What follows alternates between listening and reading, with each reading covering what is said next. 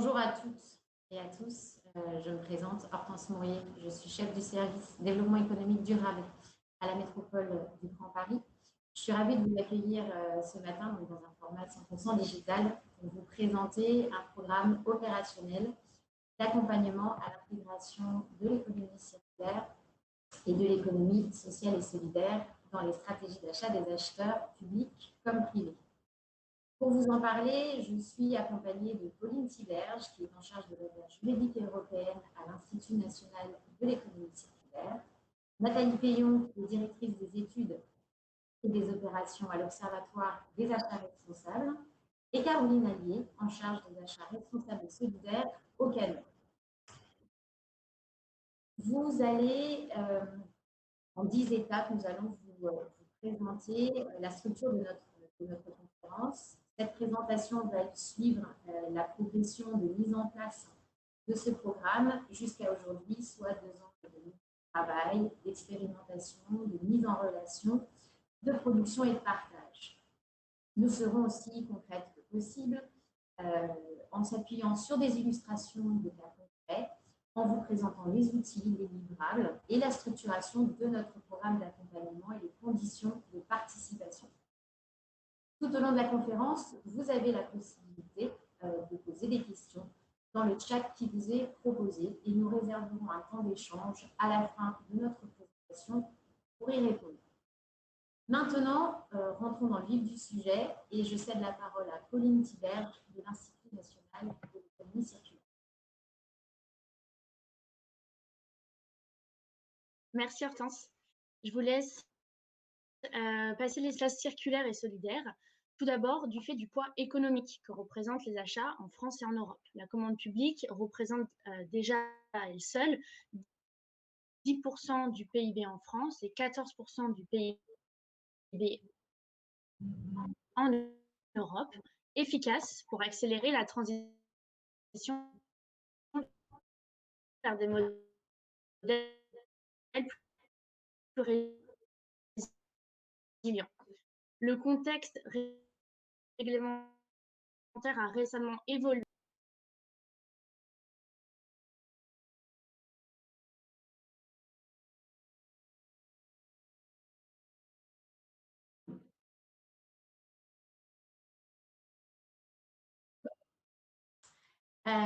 Donc, évidemment, parfois le direct et les conditions dans lesquelles nous sommes amenés à faire cette journée parfois peuvent être un petit peu difficiles.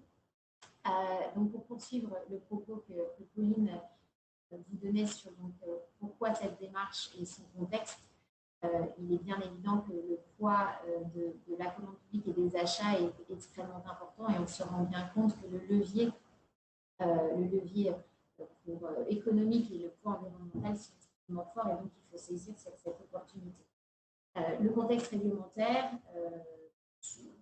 pour certains qui ont pu suivre l'actualité réglementaire et législative, le dernier événement en date est la loi anti-gaspillage et économie circulaire qui pose un nouveau cadre pour l'ensemble des sujets qui a trait à l'économie circulaire. Et donc, voilà, c'est encore un périmètre extrêmement favorable pour travailler dans ce sens. Et puis, on a un contexte aussi encore plus d'actualité de ces derniers mois qui est la crise sanitaire que l'on traverse, et pour lequel un plan de relance à l'échelle nationale a été adopté et également des plans de relance à l'échelle locale et plus spécifiquement sur le territoire de la métropole du Grand Paris.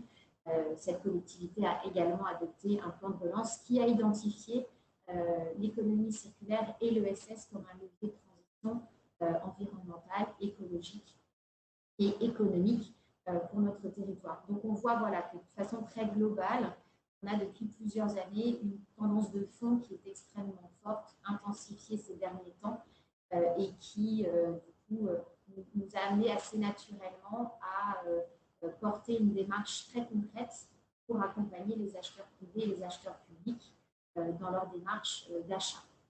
Donc,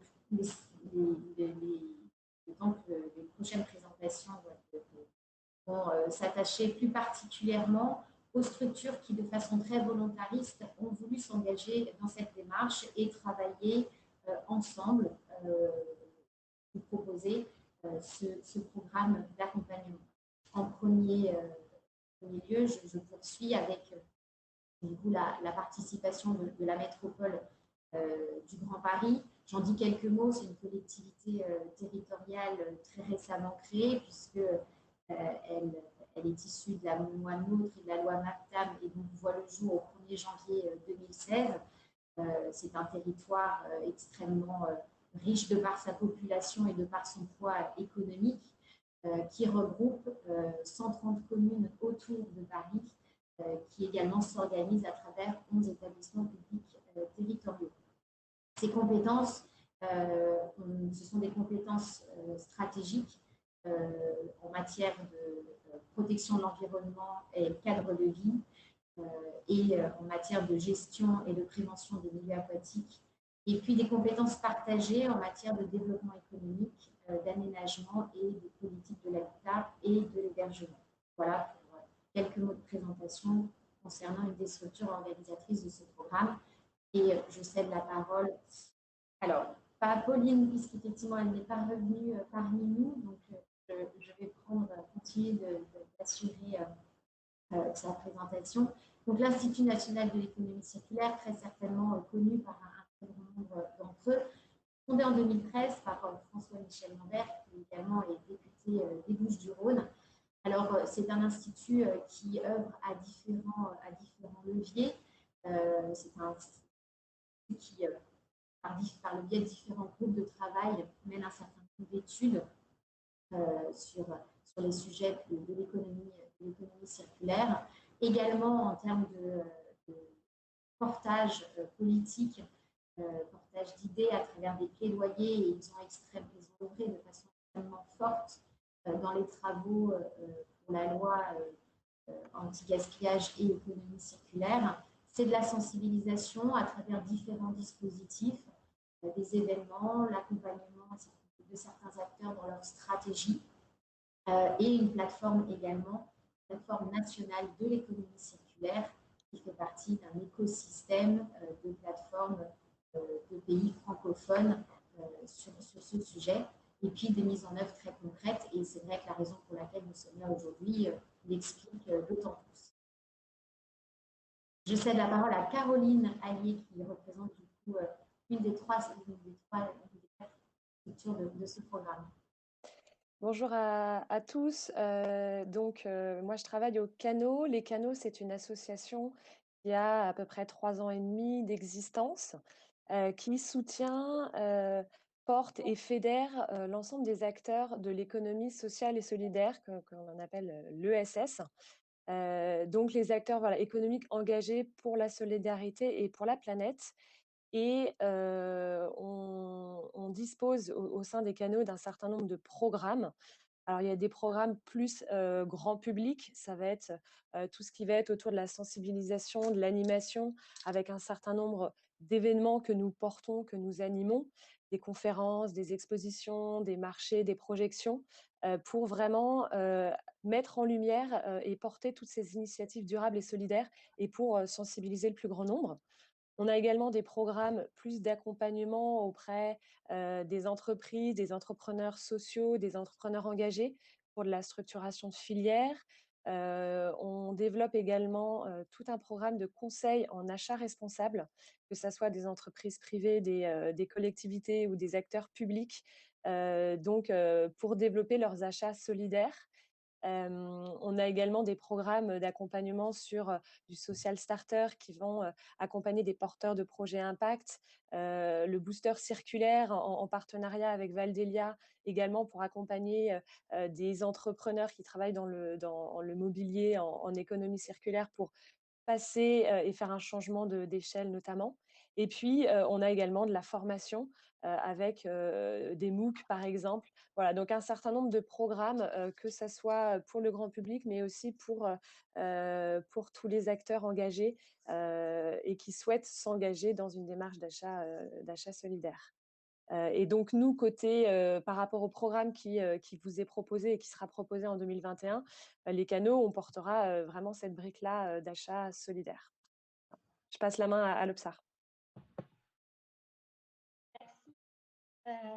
Merci, Caroline. Donc, Nathalie Payan. Donc, moi, je représente l'Obsar dans cette structure. Donc, dans ce programme, l'Observatoire des achats responsables, c'est une association qui réunit acheteurs privés et publics, ainsi que des experts sur la thématique des achats responsables ou achats durables, tels qu'on peut les appeler dans le monde public, de la commande publique. L'association a été créée en 2010 et est actuellement présidée par Pierre Pelouzet, qui est le médiateur des entreprises et que vous connaissez peut-être. L'Obsar, dans ses activités, édite annuellement un baromètre, son baromètre annuel achat responsable, qui est une analyse des tendances et des pratiques des organisations privées et publiques françaises. Nous travaillons autour de sujets clés, tous orientés autour de la mise en œuvre effective des achats responsables, tels que, par exemple, dans les éléments actuels, le devoir de vigilance, la décarbonisation des achats et puis, bien évidemment, l'économie circulaire. C'est donc tout naturellement que nous nous sommes engagés aux côtés de l'INEC, de la MGP et maintenant, donc pour cette édition 2021, des canaux pour promouvoir et accompagner la mise en œuvre des achats circulaires. Alors, ce programme-là que nous allons vous présenter aujourd'hui a vraiment pour objectif de créer et de partager des connaissances pour le plus grand nombre d'organisations. Créer un cadre d'expérimentation et de recherche de solutions sur la thématique des achats solidaires et de l'économie circulaire. Tout ceci pour avoir véritablement des impacts, c'est-à-dire des impacts réels, qui vont nous permettre donc de pouvoir mesurer le résultat des actions qui auront été mises en œuvre à travers ce programme, que ce soit sur l'utilisation de ressources, la création d'emplois, mais bien évidemment aussi sur le développement d'une offre marché autour donc des services ou des biens circulaires. Ceci repose sur deux piliers notamment, la fédération d'acheteurs privés et publics, et cet échange est extrêmement important, et leur accompagnement donc pour pouvoir progresser dans leur mise en œuvre d'achats circulaires et solidaires.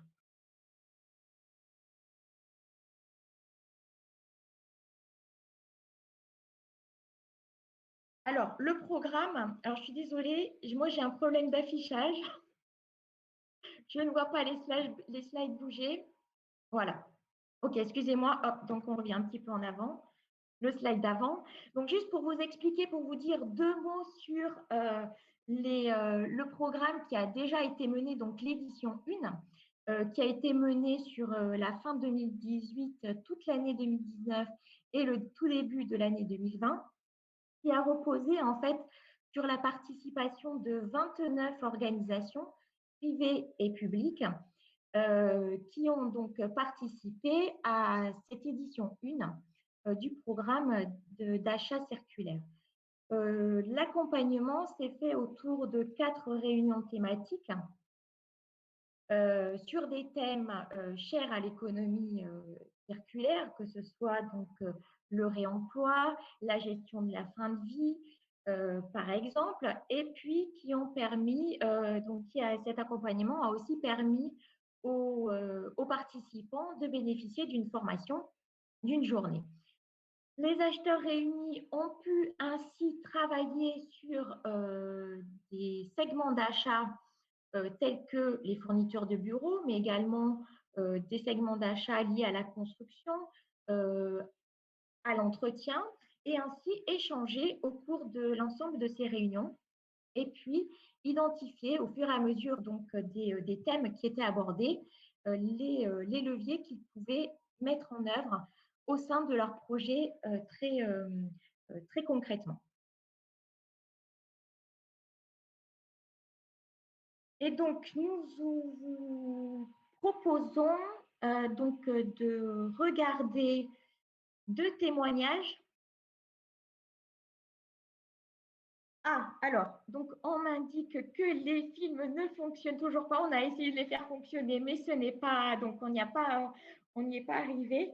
Donc malheureusement, on ne va pas pouvoir voir les témoignages. Donc, vous voyez ici donc de Julie Boulet de la direction des achats de l'État qui a participé donc au programme et qui allait nous faire part donc de son intérêt et de son intérêt pour le programme et de ce qu'elle en avait retiré.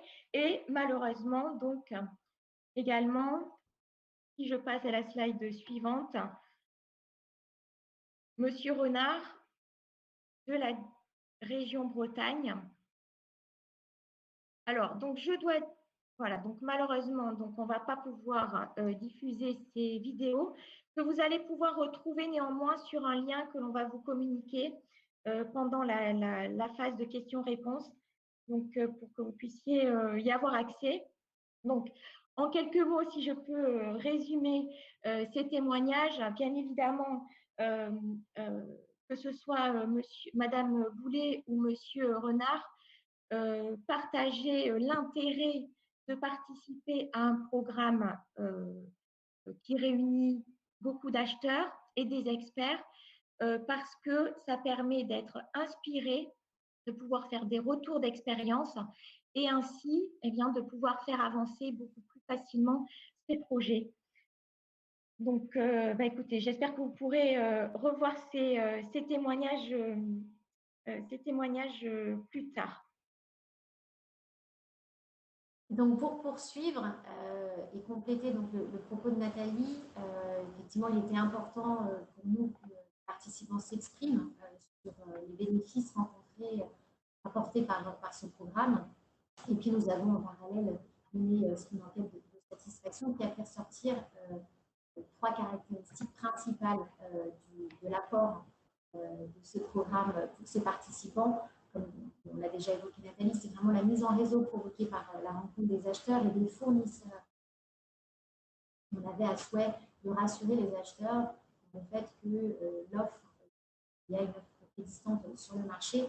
Et donc, ça a d'ailleurs amené, à titre d'exemple, des achats vertueux qui n'étaient pas des achats accompagnés dans le cadre du programme.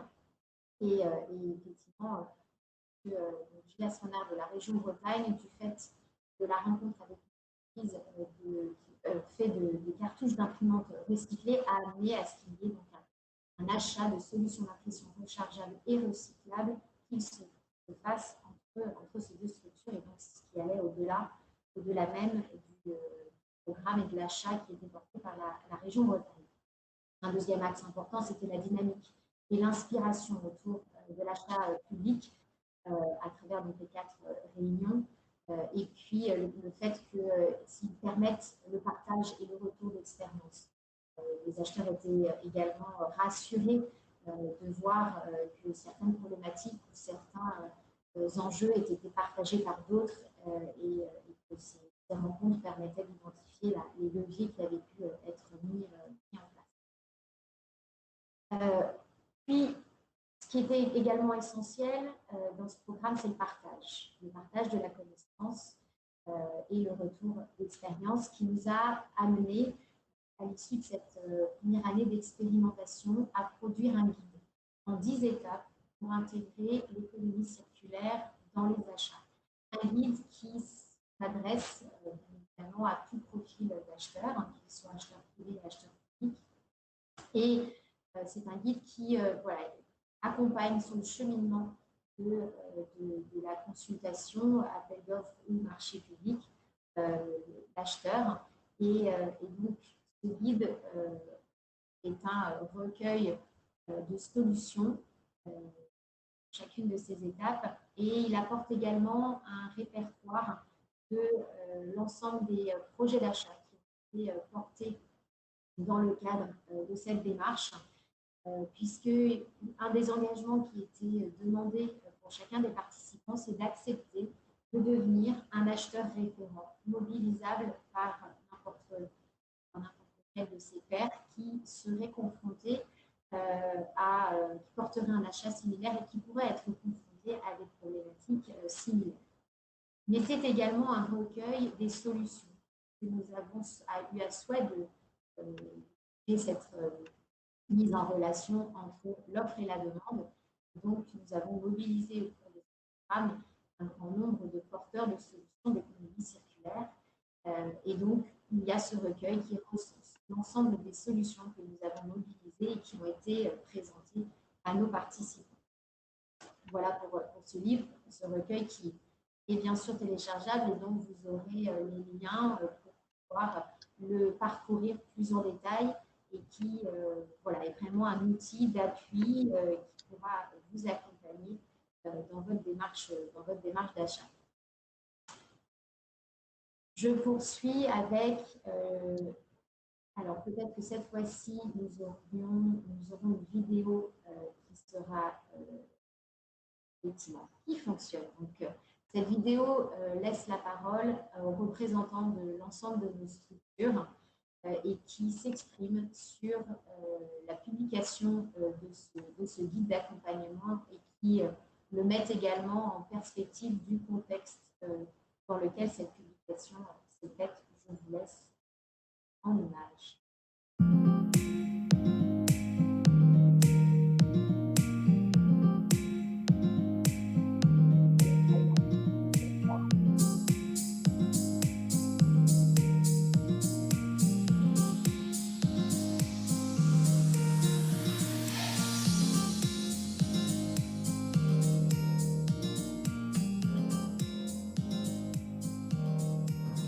À la sortie de la crise Covid-19, nous devons faire une relance verte, une relance économique. Nous avons un formidable levier qui sont les achats publics. Les achats publics, c'est 10% du PIB en France. Dans différentes lois, dont la loi économie circulaire 2020, des avancées ont été faites législatives. Cependant, avec l'OPSA, l'Institut national de l'économie circulaire, la métropole du Grand Paris, nous avons un programme achat responsable dans lequel nous présentons des expérimentations en termes d'achat de produits recyclés, de produits réemployés, mais aussi de possibilités de partage de l'usage des produits, ce qu'on appelle l'économie de la fonctionnalité. Très heureuse de la publication du guide 10 étapes pour intégrer l'économie circulaire dans ses achats. Au sein de l'Assemblée nationale, j'ai porté la loi relative à la lutte contre le gaspillage et à l'économie circulaire. C'est un enjeu essentiel qui permet de réduire notre impact environnemental et d'allier économie et transition écologique. Cette loi va permettre de transformer massivement notre outil productif, de favoriser le réemploi et le reconditionnement dans les achats, mais également de réduire le plastique à usage unique dans les achats publics ou encore intégrer plus de matières premières recyclées. Au-delà de cette loi, il est nécessaire que cette transformation se fasse dans l'ensemble des secteurs, sur l'ensemble des filières et que tous les acteurs s'investissent. La commande publique est en effet un puissant levier puisqu'elle représente 10% du produit intérieur brut en France. Alors, je vous invite chacune et chacun à vous saisir pleinement de ce guide qui vous permettra de vous informer sur les nombreuses actions qui peuvent être mises en œuvre à votre niveau en tant qu'acheteur. Tous ensemble, entrons dans l'économie circulaire, entrons dans la boucle. Je vous remercie.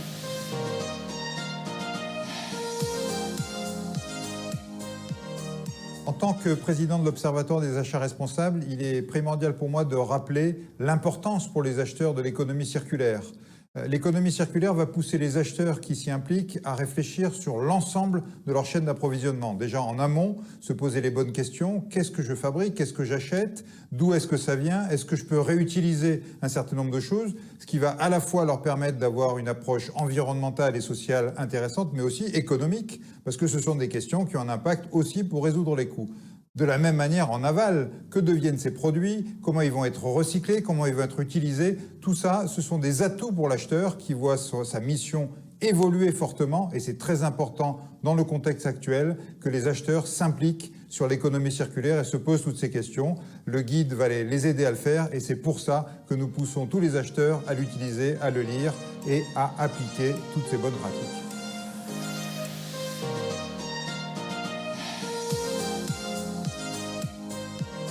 L'ensemble des achats de la métropole et de toutes les collectivités rattachées, c'est plusieurs centaines de millions d'euros, sinon plusieurs milliards. Si tout le monde met des clauses d'économie circulaire dans ses marchés publics, c'est un signal très fort en direction du monde économique. La première année, nous sommes concentrés sur la fabrication d'un guide méthodologique extrêmement pédagogique en 10 étapes, plus un certain nombre d'exemples pour donner de la chair à la matière et une liste de personnes ressources pour ceux qui veulent approfondir. Sur l'année qui vient, nous accompagnerons plus particulièrement les différentes collectivités en fonction du niveau de connaissances et de compétences qu'elles ont dans le domaine.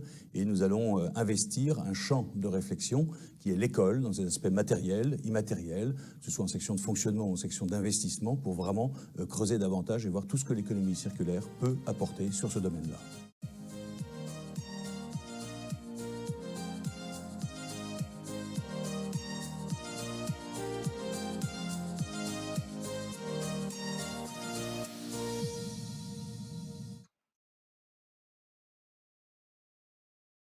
Voilà, donc comme vous avez pu le constater, c'est une démarche qui est portée de manière très forte par les représentants de nos structures.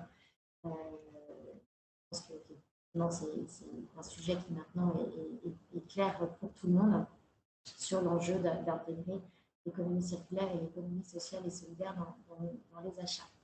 Alors, pour animer cette démarche, ce programme d'accompagnement, nous appuyons sur 2 outils, un espace de travail et de dialogue qui se situe sur la plateforme numérique grandpariscirculaire.org qui nous permet de pouvoir tout au long du programme échanger, dialoguer avec les participants et leur permettre d'accéder à toute une base documentaire que nous agrégeons au fil du temps. Et puis, dans une communication plus ouverte, plus large, un groupe sur LinkedIn, sur le programme d'accompagnement d'achat qui, du coup, s'étend au-delà même des participants du dispositif.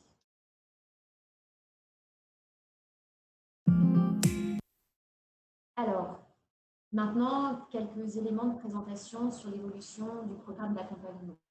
Cette édition, elle s'inscrit dans la continuité d'expérimentation que nous avons lancée la première année. Les principes directeurs de ce programme sont inchangés. Accompagner les acheteurs privés comme publics et fédérer une communauté d'acheteurs et porteurs de solutions.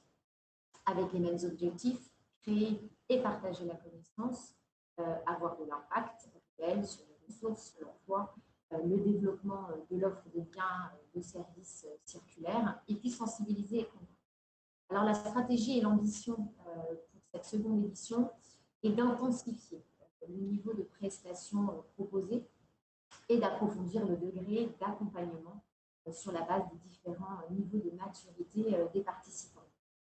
L'ambition, c'est également de mobiliser encore plus forte l'ensemble des collectivités du territoire métropolitain pour faire de la commande publique un levier de transition économique et environnementale pour notre territoire. Alors, pour mobiliser les 131 communes et les 11 établissements publics territoriaux de la métropole du Grand Paris, nous proposons de travailler autour d'un objet commun, un objet qui est central à la commune et qui est l'école, et d'accompagner les collectivités dans leur démarche d'achat dans une dynamique de projet d'école circulaire. Alors, c'est une porte d'entrée. Les collectivités ayant des projets d'achat qui n'attrairaient pas spécifiquement à l'école sont bien évidemment également accompagnées, mais on trouvait que ça avait du sens de pouvoir trouver une démarche qui rassemble les acheteurs publics métropolitains. De façon encore plus détaillée, plus précise. Alors, il est important de repréciser à qui s'adresse ce programme. On parle d'un programme d'accompagnement des acheteurs, mais ça ne s'adresse pas uniquement à des acheteurs de métier. On s'adresse finalement à tous ceux qui, d'une certaine façon, sont concernés par la démarche d'achat, que ce soit l'acheteur de métier ou que ce soit la personne qui va dans la structure de sa structure d'appartenance exprimer des besoins, ou également la personne qui se retrouve au sein des directions juridiques, financières ou contrôle de gestion. Donc, c'est des profils qui sont très variés finalement. Ça peut être un responsable RSE, un responsable économie circulaire ou ESS, également un élu. Voilà, c'est finalement de façon assez large que l'on souhaite faire des achats un sujet de travail collectif. Et on s'est bien rendu compte à travers l'expérimentation de la première année qu'on a besoin de rassembler en interne pour qu'il y ait une démarche qui soit portée collectivement, d'où le fait d'avoir une pluralité de profils. Sur l'aspect intensification, être encore plus au plus proche du besoin de l'acheteur, il était important pour nous de structurer notre programme d'accompagnement à travers 3 niveaux d'accompagnement, un niveau individualisé, un niveau plus collectif, parce qu'il y a cette logique de créer une communauté, des temps où on rassemble les acheteurs et on regroupe les acheteurs entre eux, et puis un accompagnement plus semi-individualisé, semi-thématisé, par rapport au parcours que nous proposons, comment cet accompagnement se structure.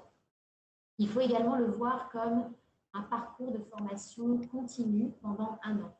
Ce n'est pas un catalogue de modules, de présentation au fond, c'est vraiment s'inscrire dans une démarche que l'on suit de façon assidue et continue sur toute l'année. Et puis, nous avons également construit le programme à travers 2 parcours, puisque les niveaux d'attente sont différents et également les niveaux de maturité des participants. On a donc un parcours activation qui correspond à des profils peut-être plus généralistes qui souhaitent s'informer et monter en compétences sur plusieurs familles d'achat. Et puis un parcours accélération où là, on s'adresse plus à des profils plus experts et plus matures et des profils qui veulent recevoir un accompagnement plus ciblé, suivre les étapes d'un appel d'offres ou d'un marché public ou se concentrer sur une famille d'achat plus spécifique. Ça, ce sont donc du coup les grands principes qui structurent notre programme. Pour vous donner un aperçu encore plus concret, voilà le parcours client parcours activation, qui est donc un parcours plus généraliste, qui va permettre une montée en compétences sur la démarche d'achat intégrant l'économie circulaire et l'ESS, où on va avoir, donc on retrouve les temps collectifs qui vont structurer l'année, le suivi individualisé en continu passe entre autres à travers l'animation de la communauté sur nos plateformes numériques, et puis des sessions par famille d'achat. À ce stade, nous sommes en capacité de produire des sessions jusqu'à 4 familles d'achat, mais tout ceci sera bien sûr adapté aux besoins des participants que nous commençons déjà à pré-identifier et qui vont nous permettre d'affiner le programme pour répondre à leurs attentes. Et puis le parcours accélération, donc un parcours pour des profils plus expérimentés, où là, on est vraiment dans la démarche, les étapes de l'appel d'offres ou de la procédure de commande publique, avec la redéfinition de l'achat, l'étape du sourcing et de l'étude de marché, la rédaction de clauses, critères, et puis la possibilité de monter une session supplémentaire qui répondrait à des attentes que nous n'avons pas à ce stade identifiées. Et toujours ces sessions par famille d'achat qui sont également ouvertes à ces acheteurs qui, pour autant, s'inscrivent plutôt dans ce parcours avec le souhait de travailler sur une famille d'achat en particulier, mais ils ont la possibilité de participer à ces sessions sur d'autres familles d'achat si, ils ont le temps et s'ils le souhaitent également s'ouvrir à d'autres familles. Cette dernière slide très intense, mais qui projette dans le temps ces parcours pour tout à chacun preniez la mesure de la prestation d'accompagnement que nous proposons et également du coup de l'investissement que cela représente. On voit bien un démarrage en début d'année 2021 jusqu'à la fin de l'année avec la structuration en fonction de ce temps individuel, ce temps collectif et ce temps semi-individualisé, thématisé.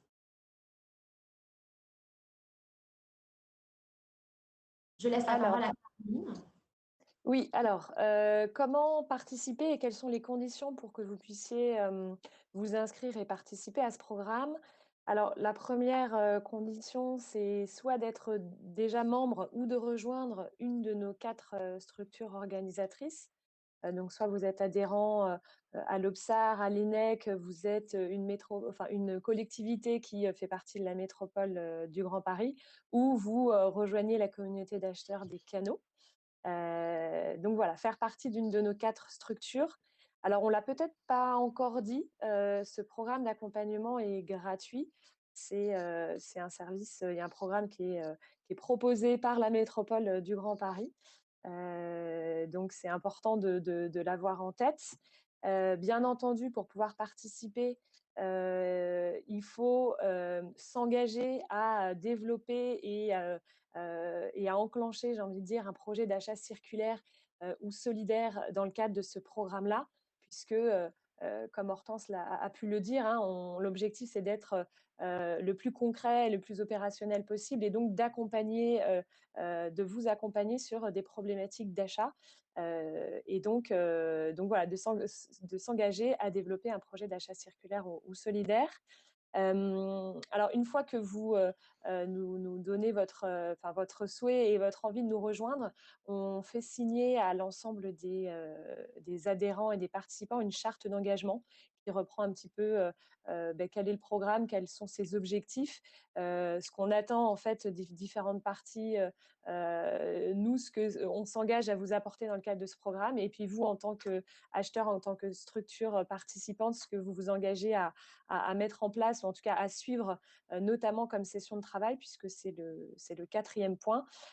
Comme Hortense a pu vous le montrer, vous avez vu que tout au long de l'année, il va y avoir un certain nombre de temps collectifs, de temps individuels, de sessions de travail, de sessions de partage d'informations et de partage de connaissances. Et donc, bien entendu, pour que ce programme soit le plus riche pour vous, il est important que vous participiez à ces différentes sessions, et que finalement, c'est aussi tous ensemble que ça fasse grandir chacun par ces différents partages d'expériences. Alors, j'ai passé la slide suivante. J'ai l'impression que ça met du temps. Ah, est-ce que quelqu'un peut passer ma slide? Je le fais. Voilà. Voilà, super. Merci Hortense.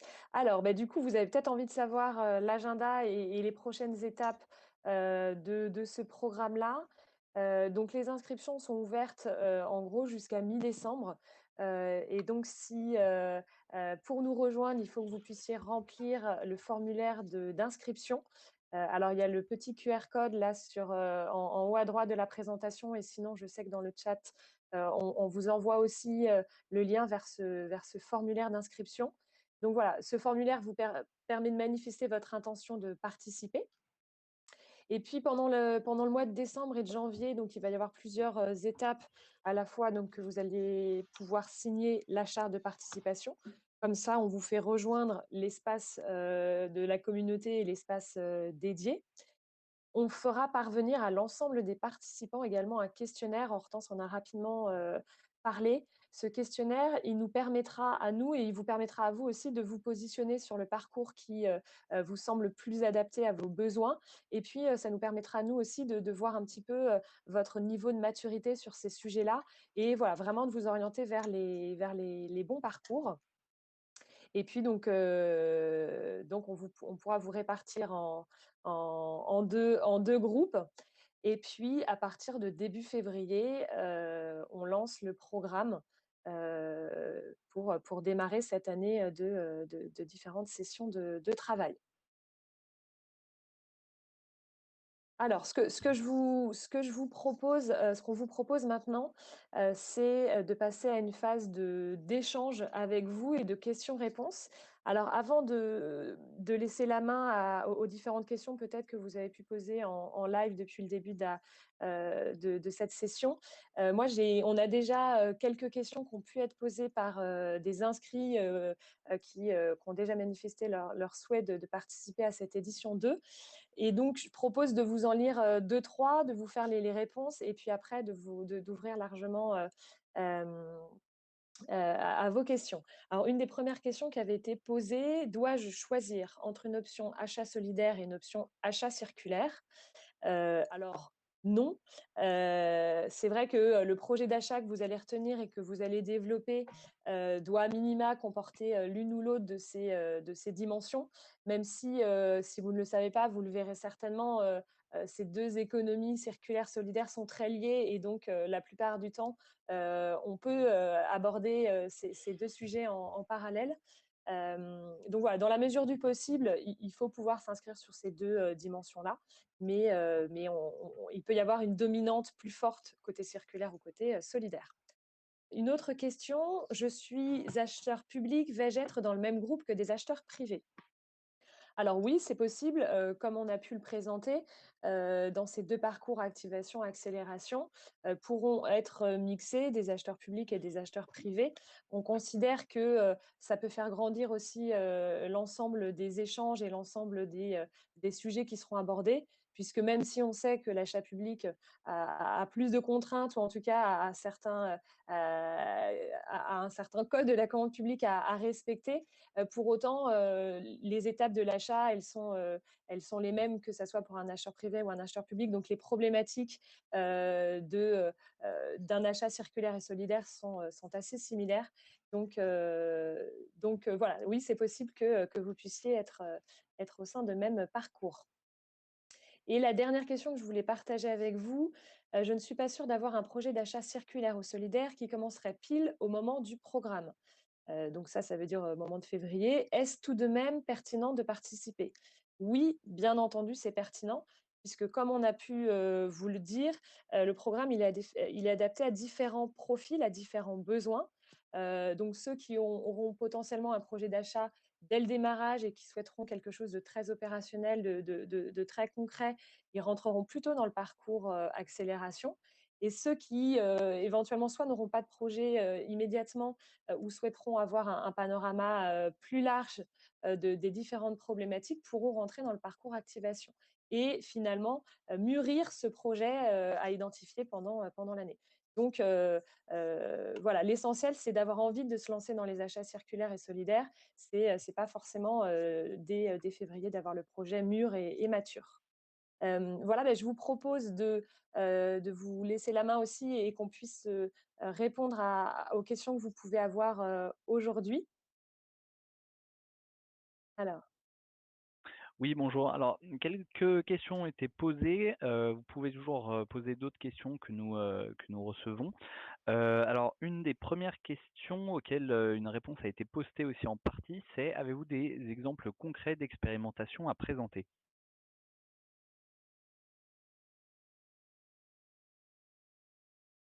On peut parler peut-être du programme de l'achat de la région Bretagne. Nathalie, on peut citer cet exemple. Alors oui, alors je dirais que d'abord les exemples concrets peuvent être retrouvés dans le guide. Ça, c'est déjà une chose importante parce qu'il y en a eu beaucoup, hein, donc tout l'ensemble des 10 étapes qui ont été élaborées pour mettre en œuvre les achats circulaires sont illustrées de mise en œuvre de la part des participants. Ils étaient Voilà. 35, c'est vrai qu'on ne l'a pas dit.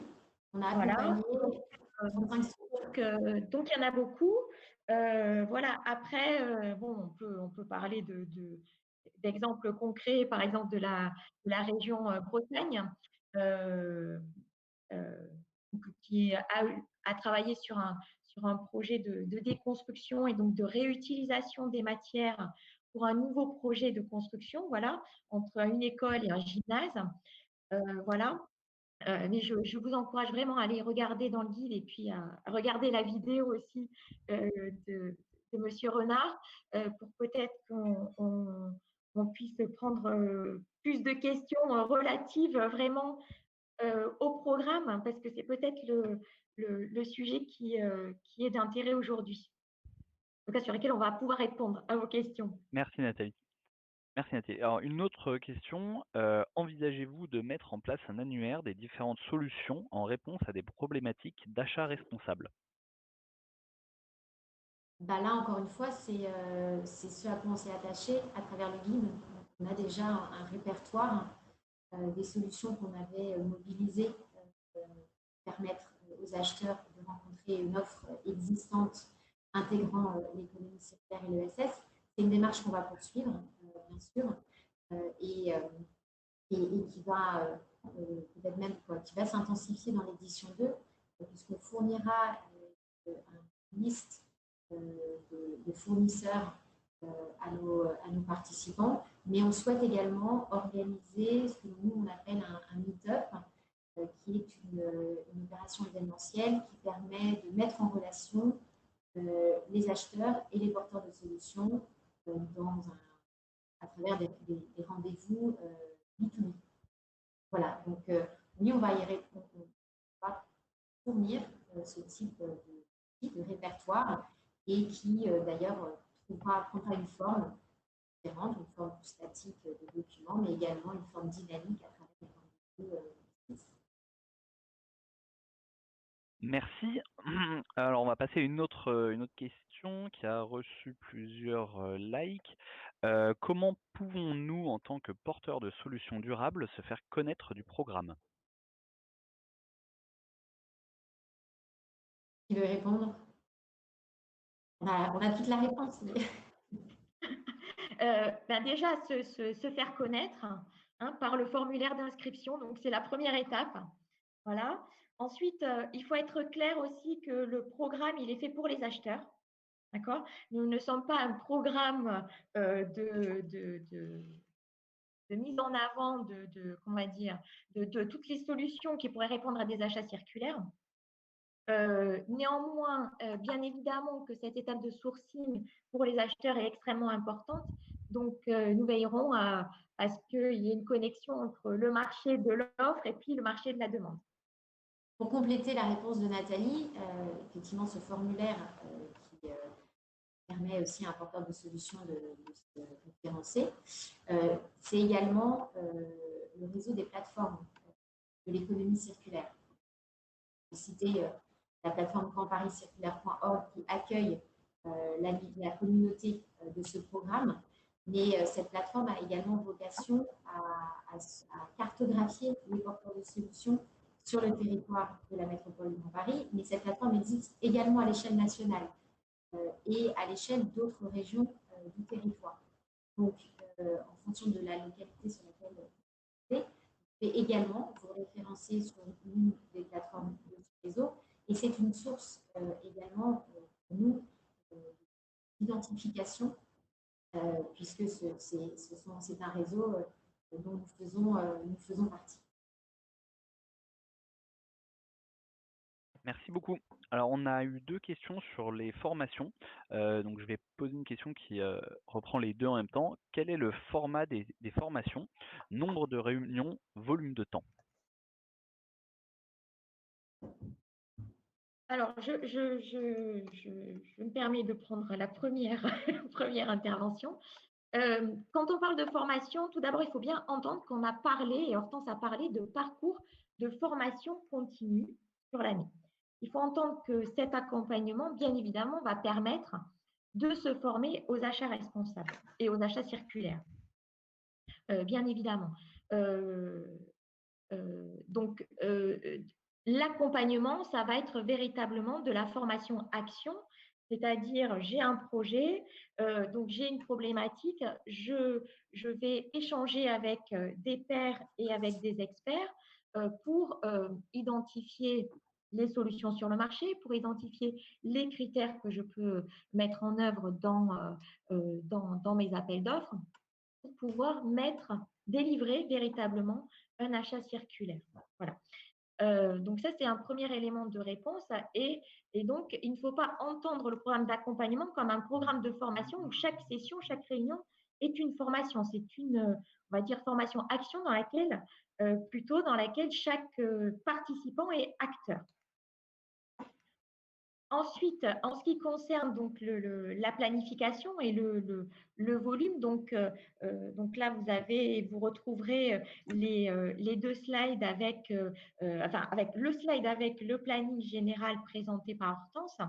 où le nombre de réunions va dépendre de votre parcours. Tout d'abord, si vous êtes dans une première phase, si vous êtes plutôt en activation ou pas, premièrement, et puis ensuite des sujets sur lesquels vous allez vous positionner, sur une ou plusieurs peut-être familles d'achat.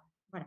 Donc c'est Pour sûr les deux que parcours, pour préciser, ça représente à peu près 6 réunions collectives ou semi-individualisées. Un parcours, un suivi individualisé, donc là qui se fait au fil de l'eau, l'année. Et puis, il y a ces 2 sessions par famille d'achat et nous projetons d'en faire 4 jours. Peut-être qu'il y en aurait plus, la demande. Voilà, il y a à peu près 6 réunions qui sont ce que nous appliquions jusqu'à maintenant dans l'édition 1, c'était une demi-journée, potentiellement 6 fois une demi-journée, plus les sessions thématiques, 2 sessions thématiques qui peuvent, qui se feront pour jusqu'à 4 voire plus familles d'achat. Le meet-up, qui est donc ce temps événementiel de rendez-vous business. Maintenant, ce sont des parcours qu'on a construits et que nous allons adapter également par rapport au profil de participants qui commencent déjà à se faire connaître et qui vont continuer, comme l'indiquait Caroline, jusqu'à la mi-décembre, en décembre, le formulaire de préinscription. Alors, il y a une question complémentaire. Est-ce que ces séances se font en présentiel ou distanciel? On a fait les deux sur la première édition. C'est vrai que la dernière a été purement en distanciel. Alors, quand elles sont en présentiel, elles sont plutôt sur Paris. En tout cas, jusqu'à présent, elles se sont déroulées sur Paris. Voilà, en fonction des participants, parce que c'est beaucoup plus simple. Mais on pense néanmoins qu'il y aura pas mal d'activités qui se feront en distanciel. Si on peut se retrouver, c'est sûr qu'on le fera. Si on peut adapter un format mixte, on le fera, puisque c'est également pouvoir se rencontrer physiquement, parfois aussi plus agréable. Et voilà, on sait qu'on a un contexte qui s'impose à nous en ce moment.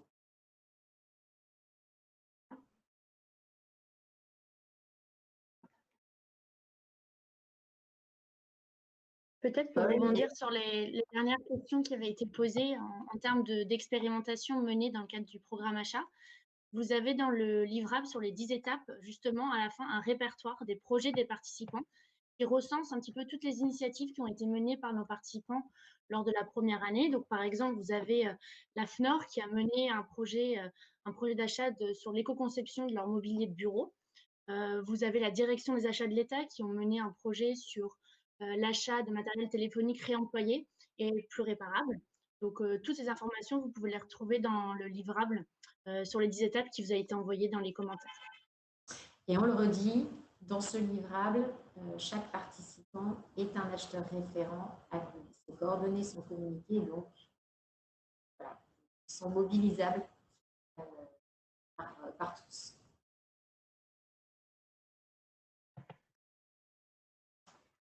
Je crois qu'on approche de la fin de cette conférence, si je ne me trompe.